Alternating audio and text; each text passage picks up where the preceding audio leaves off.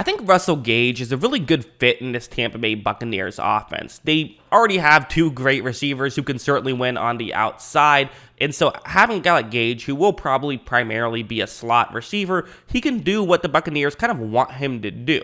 The Buccaneers do have some, solid depth at wide receiver. Kind of Scotty Miller and Tyler Johnson both had down years last year, but they had shown flashes the year before. However, I just don't know if they can do what we've seen Gage do out of the slot, and that's why I think things are very exciting when you watch tape with Russell Gage. So first, let's start off with a play like this. So what's going to happen here is it's a relatively simple play, and kind of one thing that I think is a little bit funny is part of the reason why Tampa Bay is happy to give Russell Gage $10 million a year for 3 years is they just don't want to have to play him anymore. Get him out of the division because he was, constantly beating up on the Buccaneers. A play like this, it's zone coverage, and he is going to be able to get into a gap in this coverage. However, right when this play begins, that gap is covered well by Tampa Bay. Tampa Bay does a good job on this play of making sure they cover it up and not allowing too much room for Gage. White and Winfield both did a good job on this play. So this is where things get interesting. And listen, I'm not going to sit here and say, oh, Tom Brady is going to be known for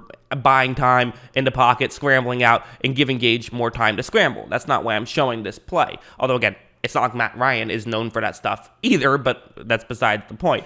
The main reason I'm showing this play is because the Bruce Arians scheme is difficult. And what I wanted to do when looking at this is, the Arthur Smith scheme, kind of a lot more of a simple offense. Arians' scheme is known for being highly complex. And you do see at times Gage appears to be a very smart player. And again, who knows if you've never had a conversation with him, but at least on tape, you can definitely see some intelligence. And I think that's kind of what you like. And this is an example where he's in a gap in coverage, but it's tight. So what he's going to do is find a better zone. Look at him move closer to the top of the screen. Ryan, when he gets time, throws it, and also helped that Devin White on that play ran in to try and make a tackle on Matt Ryan. So because of this allowed for it to be a little more open, but still a good play just by Gage to read it, realize where the bigger gap was, and get there. And this is kind of what Brady loves in wide receivers, right? Find the right spot in coverage, and that's what Gage was able to do, and that's kind of what Bruce Arians also loves. You want smart receivers. Well, this is another smart receiver in the building. I also thought something like this was fascinating, where what's going to happen here is,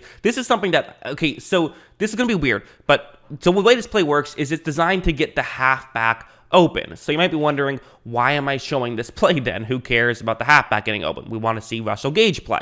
Well, this is because Russell Gage is lined up as a halfback. And the reason why I find it so fascinating is Tampa Bay tried to get Antonio Brown to make this work last year and the year before. The past 2 years that Brown was there, they had Brown line up in the backfield a couple of times, and just it never really worked out. They never got what they wanted out of it, it seemed like, but they tried it. And Brady's actually, he's tried it for years. Like going back to Aaron Hernandez was a halfback, trying to line up as a halfback and run routes, and actually had okay success at times with that. Maybe Russell Gage will be someone who they can finally put in that role. I don't know. I find it interesting. Look at how right when this play begins, you see how Gage runs this route well. So hey, if he wants to be a pass-catching halfback, that's something he could do, which, Tampa Bay could use that. I don't know how often they will actually do this, but it's interesting. As you see, Ryan makes a good throw, Gage makes the catch, and they're able to pick up the first down on a third down. So that's cool and that's fun. And again, I don't know how important this was in the signing. I don't know if it factored in at all. To me, though, I would look at this and it gives me ideas, is what I will say. Now, again, have to mention,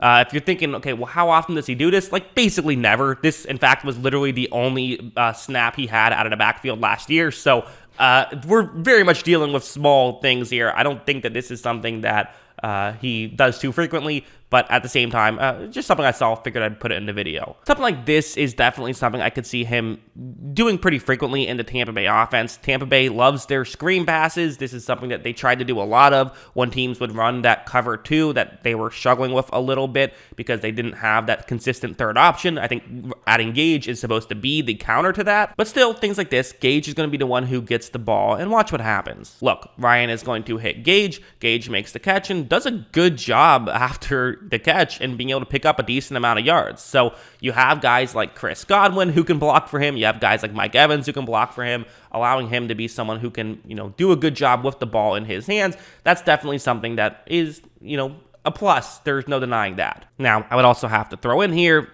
for someone like him, he's not exactly a huge guy at 6 feet tall, 184 pounds. Might not be much of a blocker per se, but he's not maybe as bad as you would think given his small frame, but he still is just, he's a small guy, so he's not going to be Mike Evans in the blocking game. Something like this is what Tampa Bay will love out of Gage. It's just he can be someone who can run consistent routes. I mean, this is what every team is looking for, is someone who can get open, and, like these zone busters are definitely something that Tampa Bay likes to do from time to time, for sure. As you see, Ryan's going to take the snap right here, and you see how Gage is doing a good job of, again, running routes well. This goes back to the high IQ stuff of just being able to, do the little things that will allow you to get open. Brady's going to love playing with a guy like that. There's maybe a reason why Brady went up and called Gage, as the whole story goes, because of this stuff. Gage then cuts over the middle, and he is going to be able to get open, and especially when you factor on the fact that Tampa Bay will have guys like Mike Evans and Chris Godwin to take some of the pressure off of Gage, that's where things get interesting. Because listen,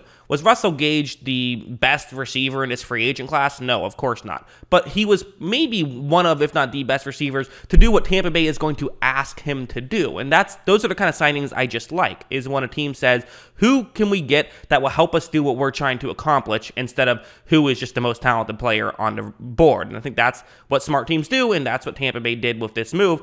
Not what they always do with every move, but they did it with this one, and that's why I like it. Something like this is interesting, so let's talk about him on the outside. I'm sure some people will be saying, well, wait a second, if Gage is a slot guy, what do we do about Chris Godwin? Chris Godwin's certainly someone who will play the slot. Well, for one thing, I actually think it's worth mentioning that maybe just representing Gage as a slot receiver isn't entirely fair. He did have more snaps out wide than he did in the slot last year, whereas someone like Godwin had more snaps in the slot than he did out wide. Now, they both do both. They both work around, and, like, for example, Godwin had 500 snaps in the slot and 300 out wide. Gage had 260 in the slot and 340 out wide. So they both kind of, similarly will do a lot both places. But like on this play, it is going to be Russell Gage working out wide. And I think what people would typically think about is, okay, smaller guy going up against press coverage, what can you do?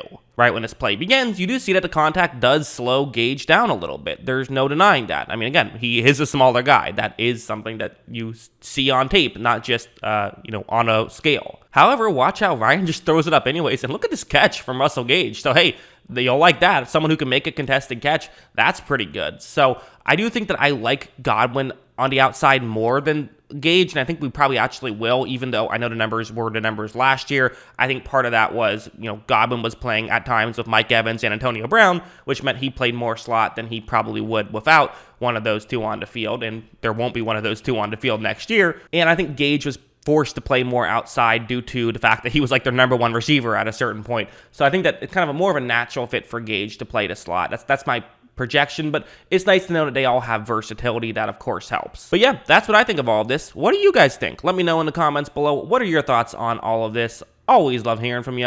And of course, as always, thanks for watching.